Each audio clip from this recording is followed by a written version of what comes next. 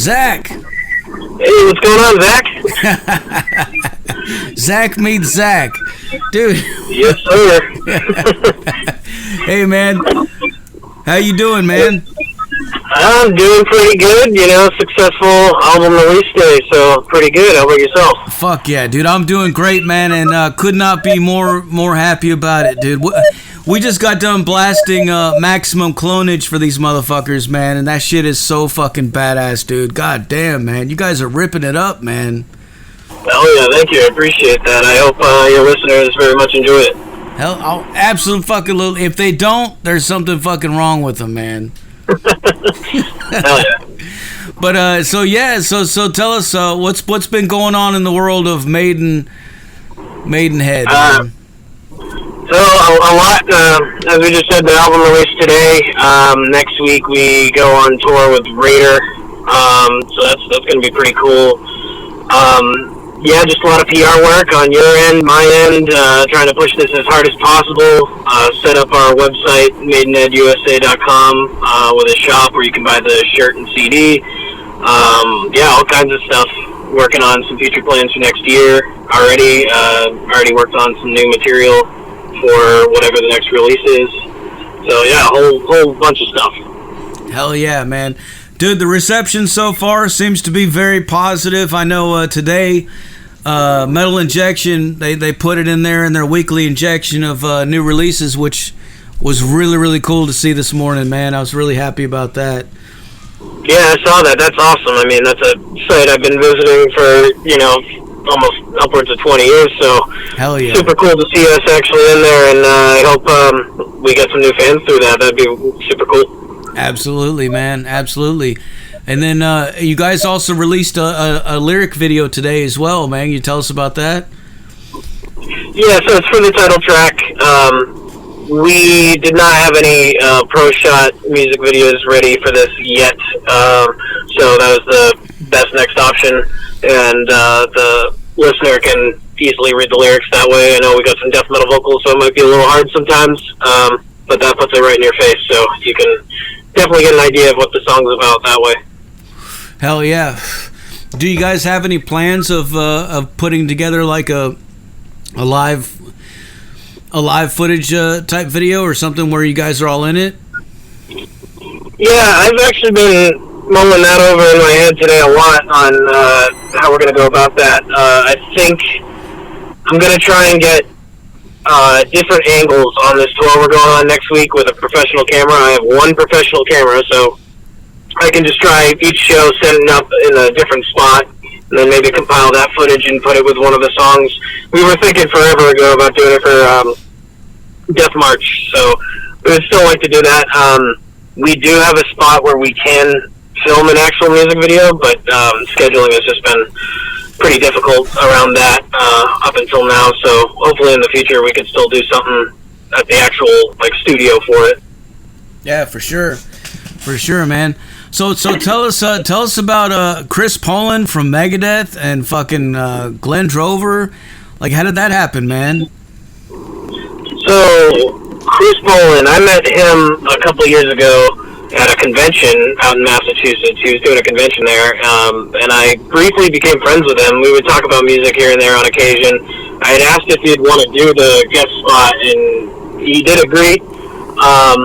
But sometime after that, I lost contact with him, and then we got in contact with Randy Burns to mix the record, and he is currently remastering Chris's album, Return to Metalopolis.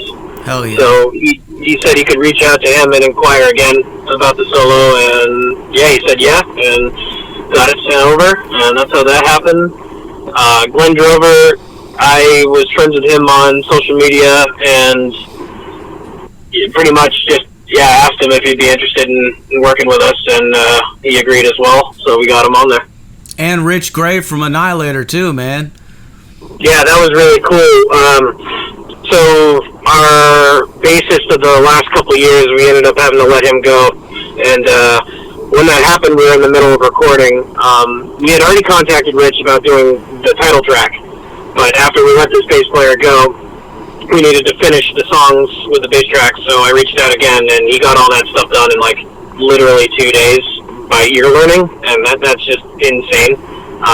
He even tapped out all the music for us, so whenever we eventually got a permanent bass player, they could have tabs to learn all the music that, like, all the parts he wrote. That's pretty crazy, that fast. Hell yeah, man. Yeah, dude. Fucking. So you got some Megadeth, you got some King Diamond, you got some fucking Annihilator, fucking DNA pumped into this thing. Although I will say, like, while that is all that is super fucking cool and is badass, but I will say, man, like, what you guys are doing, like, I don't even think you would have really needed to do that. Like, I mean, it sound like what you guys are doing is fucking is pretty badass, man. You know, but but that's like a cherry on top. Oh, absolutely, I agree, and I really appreciate that. Yeah, I mean, it's also like bucket list things for me. I mean, all those guys are absolutely some heroes of mine and people I would have wanted to work with at some point in the future anyway. And we really, really, really wanted to push hard on this record because it's a completely new lineup, and yeah, we just want to get as much traction as possible. So definitely having those guys is going to add to that. But I really do appreciate you saying that the material speaks enough for itself. Absolutely, man. And then getting produced by Randy Burns too. Like, you know, if people don't know, man, his credits include bands like Megadeth, Death, Nuclear Assault, Creator, Possessed. Like, I mean, that's, you know, that's really cool too. Like, and the production of it sounds really, really good, man. Like, it's fucking good, man. Like, I think this is gonna be on some fucking end of the year lists, man, for sure. It needs to be. Oh, I hope so. And like you were saying, yeah, that list of bands he's worked with. I mean, if you go on his Metal Archives now, we're on that list, and that's like a huge, huge thing for me. That's super cool, and my all-time favorite band and inspiration for music is Megadeth. So if you go on his Metal Archives, we're actually right above his credits for Megadeth, and that's really, really, really cool. Hell yeah, dude. Yeah, man.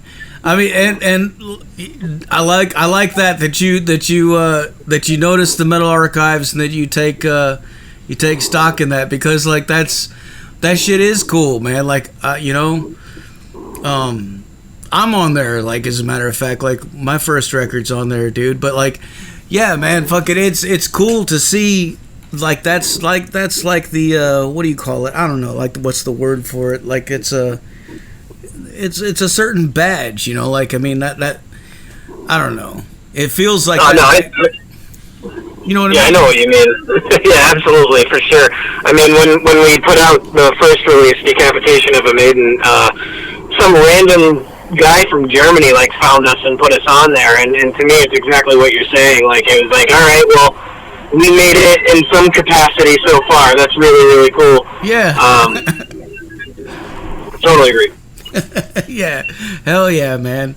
But I mean, you know, and it I think that it leads to a lot of other things, because I think there's a lot of, well, I don't think, I know, dude. Like, I know there's a lot of journalists, there's a lot of people in the scene, in the business and stuff, that do look at Metal Archives, and they check all that kind of stuff, you know. Like, I do, we all do, man. We all look in there, and we, you know, when we're trying to research something, or, you know, putting together something about somebody, you go in there, and that's where you can, that's one of the legitimate places where you can go and find a lot of stuff, man. So it's cool. The metal nerds definitely, they know, and they're pretty strict on that site too. So if you're getting any reviews on that site, it's definitely really legit, because they will review every review posted on there, and if it doesn't meet the certain criteria or whatever, they won't allow it on there. So if you're getting some stuff on there, that's pretty legit. So the name of the band, Maidenhead, how did you guys come up with that? Is there a story behind it? Yeah, but nothing crazy. So when I was in high school forever ago, we were reading Romeo and Juliet in English class, and I just saw that word, and I thought it was a really cool one-word band name. And you know, most one-word band names have been taken that are awesome, so that really stuck out to me. And I mean, nowadays a lot of bands have 2 words or even up to like a sentence for their band name. And I just think having a one-word band name, it's short, simple, easy to remember, and will stick in people's heads. Hell yeah, man. Well, when you first contacted me and I looked at it, my first thoughts in my head was they must really like Iron Maiden. Yeah, a lot of people say that. We played a show in New York last year, I believe, and we were about to go on, and somebody in the crowd came up to me and was like, "Yeah, so like you guys are like the Iron Maiden cover band, right?" And I was like, "Yeah, man. Yeah, okay." And then check us out, and then it's totally different. But yeah, you listen to it; it's nothing like Iron Maiden. Nothing. Not that there's anything wrong with that or anything, but it's no, love Iron Maiden, just totally different ballpark. There is actually another Maidenhead that's a European cover band, and they do some Iron Maiden songs, but that's the only other Maidenhead I know of. I don't really, like, that's a very specific word. I don't know where they came up with that one, but, yeah, that's, they are the Iron Maidenhead, I guess. The logo kicks ass too, man. How did you guys get somebody to do that? Yes. I made the original concept, again, forever ago in high school. It was somewhat similar to that, but not as high detailed. And then I hired an artist to pretty much remake it with the concept in mind. Forgive me, I forget who I hired. This was some years ago. This is like way before even the Decapitation of a Maiden EP. But fantastic artist from the Philippines. Oh, yes, I remember now. His name's Exy. Awesome artist. He's done other work for some bands in the Massachusetts area. There's a band a few years back called Garroted he did work for as well.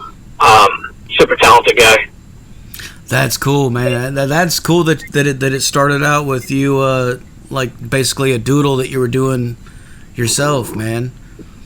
Yeah, I mean, I tried to conceptualize a lot of this stuff forever ago, and then it was just kind of trial and error, getting the right people for the lineup, and actually having consistent rehearsals and stuff like that. But once that actually happened, it's just been smooth sailing. I think I don't know if I'm 100% on this, but I think James Hetfield, didn't he fucking doodle the fucking logo for Metallica before it became official? I'm not sure. I'd have to look that up, but I think so, man. I wouldn't be surprised. I know, I think I read recently Lars was going over a few different band names in a list, and that was one of them. And I'd imagine, yeah, probably after, like, James probably was just doodling and came up with something like that. But just like the thin lines, you know, kind of like the Live Shit, Binge and Purge live album, you know what I mean? How it's like kind of like hand-drawn. Yeah. Yeah, I think that's probably what happened. Yeah. Yeah, I read once where I think they were going to be called Alaskan Thunderfuck. I don't know if that's... Oh, wow. Yeah, well... That would have been crazy. They definitely wouldn't have gotten to where they're at now with that name. No. What the fuck? Yeah, I mean, yeah, that's pretty up there. Oh, yeah. Well, so tell us. Speaking of that, man, I mean, like, tell us about your musical upbringing and stuff. Like, what got you into metal and playing guitar and doing what you're doing, man? I forget the age I was at, but I remember my dad had bought the Iron Maiden Number of the Beast record, and then Megadeth Greatest Hits, and those two were burned in my brain for the longest time. Then my mom introduced me to Metallica. I got super, super huge into Metallica. But then after that, I rediscovered Megadeth, and that really fueled my fire to be a guitar player and start coming up with my own band and concept and everything. Yeah, and I mean, ever since I was probably 12 years old or something like that, been trying to get this done. And finally, the last 4 or so years, yeah, it's been working out. That's cool that you mentioned Number of the Beast, man, because that's one of my main introductions myself, dude. Like, I think I was I don't know, it was like 5 or 6, early 80s. I was really getting into like the shit that was on the radio at the time, and Bon Jovi was fucking huge at the time. And I remember I was over at my cousin's house, my older cousin, and I kept singing fucking "You Give Love a Bad Name," and he was getting sick of it, and he was like, dude, you got to check this out. And he pulls me over to the record player and pulls out this record, and it was Iron Maiden, Number of the Beast. He put it on, put the headphones on my head, and he put the needle on side 2, where it starts off with the little intro thing that he does before that song. And I was sitting there listening to it, and we tape recorded it on a cassette so I could take it home. And that really that blew my mind, dude. Like, that was it, man. I was fucking hooked, you know? Yeah, I could imagine. And I mean, probably when he brought that record cover out too, just seeing that artwork, I mean, that was some pretty cool stuff. Yeah, man. Album artwork is so fucking important, dude. Like, I can't tell you, like, how many records I've bought just based on the cover alone. You know, like, I would go to the store all the time back in the 80s, early 90s, before we had the internet, and just buy stuff just because it looked cool, and then take it home, you know, and check it out. And 99% of the time, it was accurate. Oh, yeah, representing the music, yeah. I agree with you. That's something I also miss and wish would happen more so. I mean, in the underground, it still happens. Like, I still go to some shows where there's vendors and stuff, and you can find a lot of cool underground stuff, but it's not as common of a thing, you know. And at least where I'm from, there's a record store chain called Newbury Comics, and most of the stores pulled 90% of their music inventory out. It's not even like a record store anymore. So, I mean, there's still some stuff, but that whole act of going down to a store and just checking out physical albums and finding cool artwork and blind buying them, yeah, it's dying. It's kind of sad. But I do think that album artwork is still very important as far as, you know, definitely as far as the underground scene and just metalheads in general. Like, we like cool looking shit, man. And like, that brings me to this record, Maximum Clonage. You guys have a really cool album artwork, man. It reminds me a lot of some of the thrash bands from the mid to late 80s, early 90s, man. Who did you guys get to do this? So there was a guy named Yosafat. I don't know his full last name. He just goes by Yosafat C. We hired him to do it, and I kind of asked him to take inspiration from Ed Repka, who, you know, did Peace Cells and Rust in Peace and Scream Bloody Gore, Death. So yeah, definitely trying to channel that 80s thrash death metal aesthetic for sure, and I think he nailed it totally. I plan to keep using this guy for all of our stuff because he just knocked it out of the ballpark. And that being said, too, I mean, we hired him to do 6 pieces of art for this album. We had one other guy do 1 piece, but when you buy the physical CD of this, the booklet it's like a full art book. Every song has artwork for it that this guy made. That's awesome, man. Yeah, I wanted to go all out, like, really cool package for, you know, if somebody's gonna spend the extra money, you know, gotta make it worth it. Hell yeah, dude. Hell yeah. What about vinyl? Is this going to be available on vinyl too? So I would love for that. I was in some talks with a vinyl distributor today, so I'm hoping we can come up with a good deal for that. But vinyl is very expensive, and as of right now, this whole operation is independent. We pay for all the CDs and everything. I don't think we could, out of our pockets, get the vinyl going. So if we can land a good distribution deal for it, yeah, absolutely. I really, really want to get this on vinyl, especially like you were just saying, that artwork. I mean, having it blown up in a very large vinyl sleeve, that would be super sick. Yeah, it's good.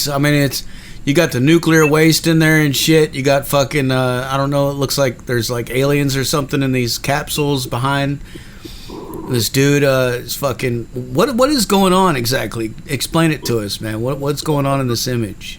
So, it is... those are clones and vats behind him. One of them broke out and is fighting the main character. That's our mascot. We call him Nada, inspired by the movie They Live, because the main character in that, his credits at the end are just Nada, because nobody ever says his name. So, we took inspiration for that for our guy. Yeah, he's just fighting a clone there. But this whole image is inspired by a video game that came out about 20 years ago called Killing Floor. I don't know if you've ever heard of that, but it's kind of basically a mad scientist kind of is creating clones to use as bioweapons and take over the UK. So that's largely what that song and artwork is inspired by. Hell yeah, man. It's fucking badass. So tell us about the whole album as a whole, like lyrically wise. Like, what are some of the themes and stuff that you guys are tackling on it?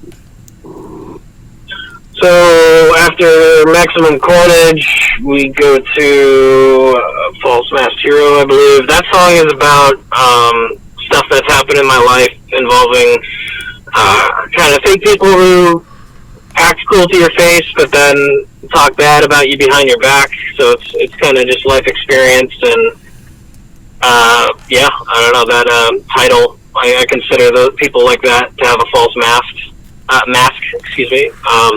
And also a lot of people I've met who think they have a moral superiority. So that's the hero aspect to it. Mm-hmm. So that's False Masked Hero. After that, we go to Death March, I think. And Death March, that song's about how a lot of wars happen and governments send their people out for these wars, but a lot of the people they're forcing to go out and fight don't necessarily even believe in what the war is about, and basically are being sent to die. So kind of the corruption with war. Yeah. Then after that, we got Kill or Be Killed, I think. Let me double check. Yep. Kill or Be Killed? Yep. So that song is just straight up about the movie Predators. Hell yeah. I wanted to really get the line, "Get to the chopper" in there. It's in there somewhere. Hell yeah, dude. I love that movie, man. So, great movie, great action. You know, I think fitting for the music too in there, yeah. Yeah, man. Fuck. And after that, we got Magi Obscura. That was I kind of just made a short story about an evil witch who takes control of a person to commit heinous acts. That's pretty much a good summary of it. Just controlling somebody else, and they do a lot of evil shit. And then after that is Birthstone of Destruction. That is another story that I co-wrote with our singer Bella. That song's it's about the battle against good and evil, kind of vaguely. There's a lot of metaphor in it for it, like darkness versus light and stuff like that. So it's kind of like a fantasy story type of song on that one. And I think that kind of summarizes all of it. There's a lot of dynamics there with different stuff. Hell yeah, man. I love it, dude. And of course it kicks off with Enter the Killing Floor, which now I guess that's about that video game, or sort of based on it, right? Yeah, the music's extremely inspired by the soundtrack to that game. I hired a synth player to kind of work with me to come up with something that was very reminiscent of that game. So it's the same kind of synth style, I'd say. Hell yeah. Well, one thing I like to ask, especially since you're the guitar player, for all of us fucking guitar nerds, man, myself included, what kind of gear are you using? Can you give us a gear rundown? Like, tell us what kind of amps, pedals, strings, anything like that you're using to get these tones and sounds? Yeah, for sure. On the record, I used a Jackson KVXMG. It was a cheaper King V that I bought to beat up on the road, but it did sound pretty good. It had some good active EMGs in there, which I'm typically not a huge active guy. I've since replaced them with some passives, though. And then the other main guitar I use, and we'll probably be using on the whatever next release we do, is a 2000 pre-Fender Jackson King V2. That thing's badass. I've been using that a lot live recently because it just plays phenomenally. And for amps, I've been running the Neural Quad Cortex through a Marshall 100 power amp to a Marshall AV 4x12 cab. And that's pretty much the sound. I do have a lot of other gear that I experiment with. So some of the stuff you might hear on that record is like I used like a Morley wah on one of the solos. And the tone came out a little funky to me, but there was no turning back from it. It was on the song False Masked Hero, the middle solo. Yeah, you can hear a little oscillation in there, but the wah didn't come out fully, so yeah, it's alright. But that's the bulk of it, I think. Yeah, just love Marshall stuff. The stuff I use on the Neural Quad Cortex is all Marshall emulation, pretty much. I do have some actual Marshall heads, but that's been a awesome tool to be able to use the effects on it with whatever capture, like noise gates and stuff, to get a really clear sound. And for live, it's awesome. I mean, I could fit that in a backpack. And, I mean, in fact, last year we toured California, and I brought that whole thing, and I retained the same exact sounds that you'd hear on the record while we're out in California. No problem. Hell yeah, man. Hell yeah, dude. Yeah, man, fucking Marshall fucking is badass, dude. Like, I've got a fucking half-stack Marshall behind me, man. Fucking 100-watt tube head. I love it. I love the sound that it makes on its own, but I'll be honest, man, like when you plug a fucking modeler into the power section of it and just use it as a power amp too, man, it really does. Like, there's something to be said about that. Like, I mean, it's just the technology of some of that stuff has come so far, man. Like, it really does sound good, you know? Oh yeah, totally agree. For the longest time, I was a tube amp purist, but then the Quad Cortex came out, and I saw a lot of bands I look up to starting to use it, and I was like, okay, they're kind of onto something. And then I got the Marshall power amp, and I mean, yeah, you can't tell the difference. I don't think anybody really could, especially when I'm running a Marshall model on it and going into the Marshall power section. So, yeah, it's super, super close. Hell yeah. What model are you using? So this is kind of funny. Right now, I mean, I've switched it up a lot. I've used, on the record, it was a Marshall JVM.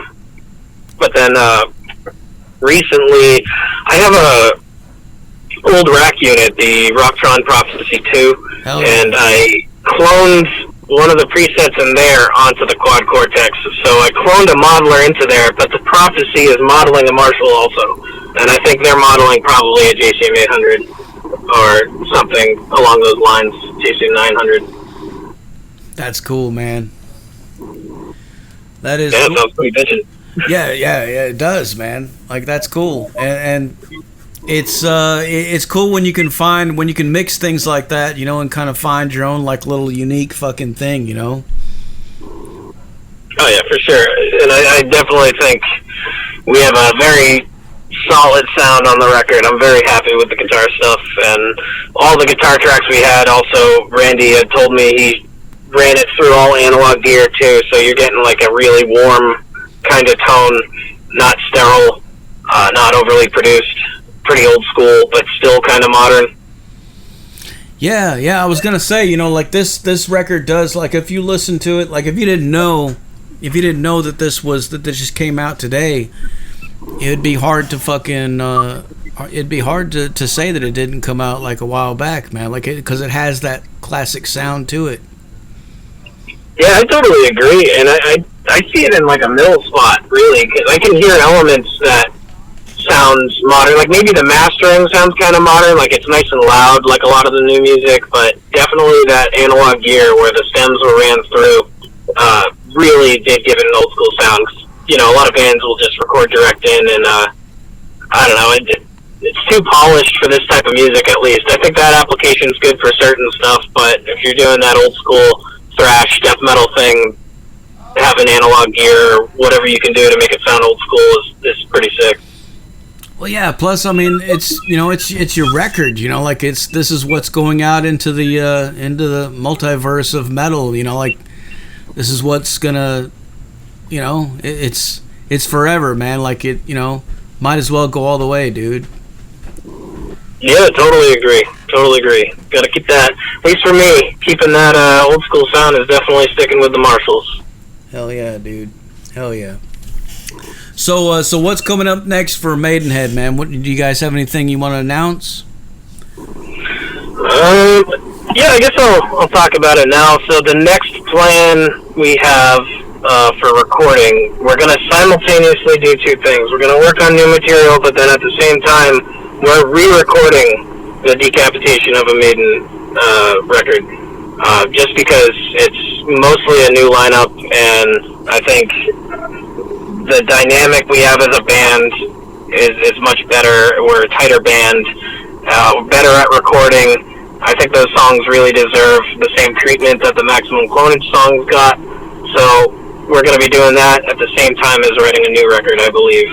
And then also, I don't know how far this is going to come, but I have been working on trying to make like a Sega Genesis-styled 2D shooter game that's inspired by Maximum Clonage. So that should be pretty fun.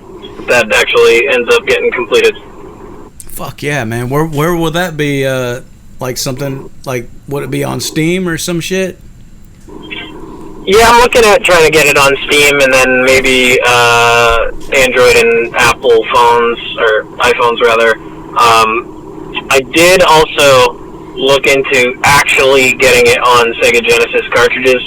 So that might happen in a limited quantity, because I know there's a really niche market for that, but that would be a cool collectible thing to be able to get. Dude, for sure, man. Like I could see something like that selling like hotcakes on fucking Bandcamp, man. Yeah, right? No, that'd be pretty sick. I would love to see our merch table, and I was thinking about it. If we did do that, bring a little portable TV and have the Sega Genesis in front of it and let people try it out.